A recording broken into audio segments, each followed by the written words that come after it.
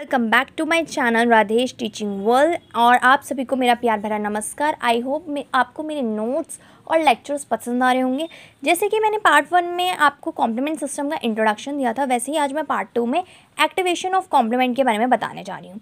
इस complement components में कैसे कैसे हमारे जो कॉम्पोनेंट्स है वो एक्टिवेट करते हैं और कैसे कैसे सीक्वेंस वाइज एक्टिवेट करते हैं, हम इस वाले लेक्चर में पढ़ने जा रहे हैं। तो हमारे पास 3 पाथवेज होते हैं। पहला पाथवेज होता है क्लासिकल पाथवे, सेकेंड पाथवे होता है alternative pathway, and the third pathway is the man and binding lectin pathway, and alternative pathway is also known as a Properdin pathway. So in this today video we discuss about the classical pathway. So classical pathway को easily समझने के लिए चलिए हम आते हैं अपने प्यार भरे फ्लो चार्ट में, जो मैंने आप सबके लिए ड्रॉ किया है ताकि आपको easily ये क्लासिकल पाथवे समझ आ जाए। और आप सभी कान खोल के सुन लीजिए, आप सभी को मैं ये बता दूं कि ये बहुत ही इंपॉर्टेंट नोट है और एग्जामिनर का सबसे फेवरेट क्वेश्चन है कॉम्प्लीमेंट सिस्टम, जो हर एग्जाम्स में पूछा जाता है। तो क्लासिकल पाथवे को समझने के लिए पहले हम कॉम्प्लीमेंट प्रोटीन समझ लेते हैं। तो हमारे पास 9 कॉम्प्लीमेंट प्रोटीन होते हैं, जैसे कि आप देख रहे हो C1, C2, C3, C4, C5, C6, C7, C8 and C9। C1 protein में 1 मॉलिक्यूल ऑफ C1Q होता है and 2 molecule of R and 2 molecule of S. That means a CR and the CRS. Okay, please don't confuse here. So C2 cleaves into the A and B. A is a larger fragment, B is a smaller fragment. This is the exception case of the C2 complement and in the complement protein. C3 cleaves in the A smaller fragment, B in the larger fragment, and then C4 cleaves into the A smaller fragment, B into the larger fragment, and C5 cleaves into the A smaller fragment and B into the larger fragment. तो हम इसमें पढ़ेंगे कि कौन सा protein पहले आता है, देन वो दूसरे किस प्रोटीन को एक्टिवेट करता है, फिर थर्ड टर्म में किसको एक्टिवेट करता है। तो ये एक सीक्वेंस वाइज एक्टिविटी है जो हमें समझना बहुत इंपॉर्टेंट है। तो पहले हम क्लासिकल पाथवे के बारे में समझते हैं। तो क्लासिकल पाथवे जो डिपेंड होता है वो एंटीजन्स एंटीबॉडी बाइंडिंग के ऊपर डिपेंड होता है। तो एंटीजन एंटीबॉडी बाइंडिंग होती क्या है, तो ये हम समझते हैं। देखो, जैसे कि कोई बैक्टीरिया हमारे अंदर एंटर किया, आप सभी को पता है जब कोई भी बैक्टीरिया हमारी बॉडी के अंदर एंटर करता है तो बैक्टीरियल सरफेसेस पे क्या पाए जाते हैं, एंटीजन पाए जाते हैं। और हमारी बॉडी के अंदर क्या होता है, एंटीबॉडी होते हैं। और एंटीबॉडी एक सोल्जर की तरह हमारी बॉडी के अंदर वर्क करता है, जो हमें सभी infection, viral infection, bacterial infection से बचाता है। अब जैसे ही बैक्टीरिया ने हमारी बॉडी के अंदर एंटर किया तो उस बैक्टीरिया के ऊपर क्या है, एंटीजन्स है। अब हमारी एंटीबॉडी क्या होगी बॉडी की, वो क्या करेगी, एक्टिवेट हो जाएगी और वो कहेगी अरे ये कौन आ गया हमारी बॉडी को, और उस बैक्टीरिया को एक फॉरेन एंटीजन या एक बोलते हैं ना हार्मफुल सब्सटेंस की तरह उसके ऊपर एक्ट करेगी। अब एंटीबॉडी क्या करेगी, उस एंटीजन के ऊपर बाइंड कर जाएगी। जब एंटीबॉडी उस एंटीजन के ऊपर बाइंड कर जाएगी तो एक एंटीजन एंटीबॉडी कॉम्प्लेक्स बन जाएगा, और यही जो कॉम्प्लेक्स होता है वो हमारी बाकी की कॉम्प्लीमेंट प्रोटीन्स को एक्टिवेट करता है।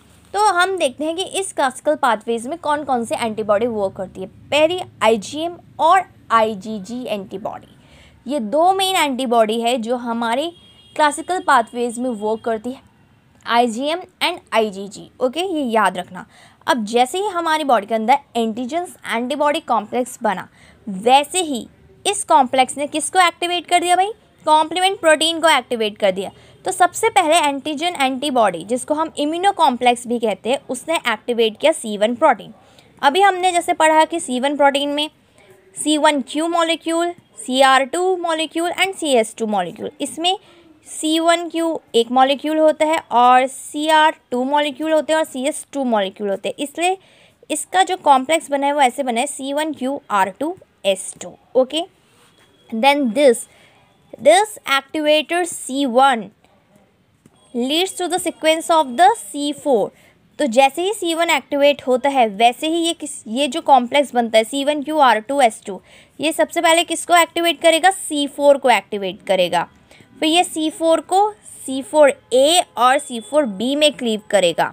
ठीक है, C4A स्मॉलर फ्रेगमेंट है इसलिए वो कॉम्प्लेक्स नहीं बनाता है, और जो C4B है वो लार्जर फ्रेगमेंट है इसलिए वो इसमें क्या बना देता है, कॉम्प्लेक्स क्रिएट कर देता है। ठीक है, अब जैसे ही C4B अटैच हुआ बैक्टीरियल मेम्ब्रेन के साथ, वैसे ही क्या होगा, C4B जो है वो हमारे C2 को C4 के बाद कौन आता है, फिर C2 आता है और C2 को C2A और C2B में क्लीव कर देगा। मैंने आपको पहले ही बोला है कि C2 एक एक्सेप्शनल केस है जिसमें A लार्जर फ्रेगमेंट होता है और B स्मॉलर फ्रेगमेंट होता है। तो जैसे ही मैं बताऊं, स्मॉलर फ्रेगमेंट कभी भी अटैच होकर कॉम्प्लेक्स नहीं बनाता है। सबसे ज़्यादा कॉम्प्लेक्स कौन क्रिएट करेगा, लार्जर फ्रेगमेंट करेगा, क्योंकि उसके पास बाइंडिंग कैपेसिटी सबसे ज़्यादा अच्छी होगी। तो बस C4B के साथ C2A अटैच हो जाता है और क्या कॉम्प्लेक्स बन जाता है हमारा, C4B C2A।